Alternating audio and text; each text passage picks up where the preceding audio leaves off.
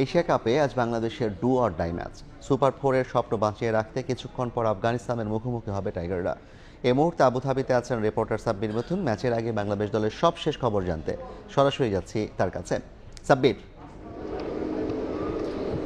কিছুক্ষণ পরেই টস হবে এবং যেটা কিনা এই ম্যাচের অনেক বেশি গুরুত্বপূর্ণ হতে পারে। সবশেষ ম্যাচে এই মাঠে শ্রীলঙ্কার বিপক্ষে টস হারাটা বাংলাদেশের জন্য একটা বড় একটা ব্যাক পয়েন্ট হয়ে দাঁড়ায় এবং এই ম্যাচে কিন্তু বাংলাদেশ দল চাইবে যে টসের রেজাল্টটা যেন তাদের পক্ষে আসে। আফগানিস্তানের বিপক্ষে প্রথমে বোলিং নিয়ে ভালো একটা শুরুর চেষ্টা থাকবে তাদেরকে এবং এই ম্যাচে বাংলাদেশ দলেও কিন্তু পরিবর্তন আসতে পারে। তাসকিন আহমেদ নিশ্চিতভাবে ফিরতে যাচ্ছেন স্কোয়াডে। এছাড়াও দু একটা পরিবর্তন, সাইফ হাসানকে দেখা যেতে পারে তাওহিদ হৃদয়ের জায়গায়, রিশাদ হোসেনকেও বসানোর একটা গুঞ্জন শোনা যাচ্ছে। তবে শেষ পর্যন্ত বাংলাদেশের একাদশ কেমন হয় সেটা কিন্তু টস পর্যন্ত অপেক্ষা করতে হবে। এদিকে এই ম্যাচকে ঘিরে প্রবাসী যে দর্শকরা রয়েছে তারা কিন্তু এখানে উপস্থিত হতে শুরু করেছে বহুত আগে থেকেই এবং আজকে ওয়ার্কিং ডে হলেও প্রবাসী যে দর্শকরা রয়েছে তারা কিন্তু মাঠে আসা বন্ধ করেনি। এই জায়গার টিকিটের দাম অনেক বেশি, তবে প্রবাসী দর্শকদের একটাই কথা, তারা বাংলাদেশ দলকে মাঠে থেকে জিততে দেখতে চায় এবং সুপার ফোরে ওঠার যে সমীকরণ সেই সমীকরণে যেন টাইগাররা বেশ ভালোভাবে উতরে যেতে পারে এমনটাই তাদের প্রত্যাশা। তবে মাঠে সে কাজটা আসলে লিটন কুমার দাসদের করে দেখাতে হবে। আফগানিস্তানের জন্য এই কাজটা সহজ, কারণ তাদের জন্য 6 দিন পরের একটা ম্যাচ, বাংলাদেশ অতটা বিশ্রাম পায়নি, প্লাস এই ভেন্যুটা আফগানিস্তানের হয়ে হোম ভেন্যু হিসেবে ব্যবহৃত হয়েছে একটা লম্বা সময়। তাই রশিদ খান কিংবা মোহাম্মদ নবীদের জন্য এই ম্যাচে পারফর্ম করা যতটা সহজ হবে বাংলাদেশ দলের জন্য ততটা সহজ হবে না।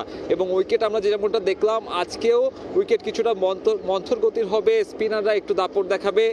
শ্রীলঙ্কা ম্যাচের মতো এই ম্যাচেও ব্যাটসম্যানদের বাড়তি দায়িত্ব নিতে হবে। হয়তো শুরুর দিকে ততটা সহজ হবে না, তবে একটা বার যখন আপনি উইকেটে থিতু হয়ে যাবেন তারপর হয়তো সেই রান এক্সেলারেট করার যে বিষয়টা, সেই রান তোলার বিষয়টি আপনার নিজের দায়িত্বে নিয়েই বাংলাদেশ দলকে একটা ভালো পুঁজি বা ভালো সংগ্রহ এনে দিতে হবে। সবশেষ ম্যাচে বাংলাদেশ মাত্র একটা 6 হাঁকিয়েছিল, তবে টি-20তে টিকে থাকতে হলে আজকে বাংলাদেশি ব্যাটারদের সেই পাওয়ার হিটিংয়ের যে প্র্যাকটিসটা, সেই পাওয়ার হিটিংটা অবশ্যই করতে হবে।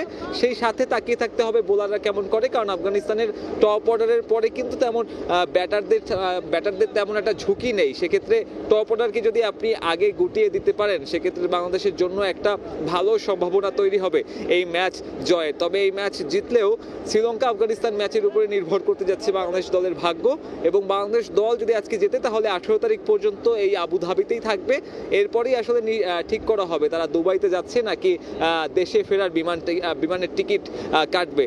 তবে এই ম্যাচ ছাপিয়ে যদি আমি বলি দর্শকদের কথা, তারা কিন্তু আজকেও তাদেরকে দলকে সমর্থন জানাতে এখানে দলে দলে উপস্থিত হয়েছে। আমি দুপুর নাগাদ স্টেডিয়াম চত্বরে দেখেছি যে লাল সবুজের অসংখ্য ভক্ত সমর্থকরা এই মাঠে দল বেঁধে উপস্থিত হয়েছেন। আফগান কিছু সমর্থক রয়েছে যারা আসলে এখানকার লোকাল, তারাও আসলে সমর্থন জানাবে। এখন দেখার বিষয় দল এইসব সমর্থকদের প্রত্যাশার প্রতিদান দিতে পারে কিনা। আমার কাছে বাংলাদেশ আফগানিস্তান ম্যাচ নিয়ে এখন পর্যন্ত এই ছিল সব শেষ। সরাসরি শুনছিলাম বাংলাদেশ আফগানিস্তান ম্যাচের সবশেষ খবর।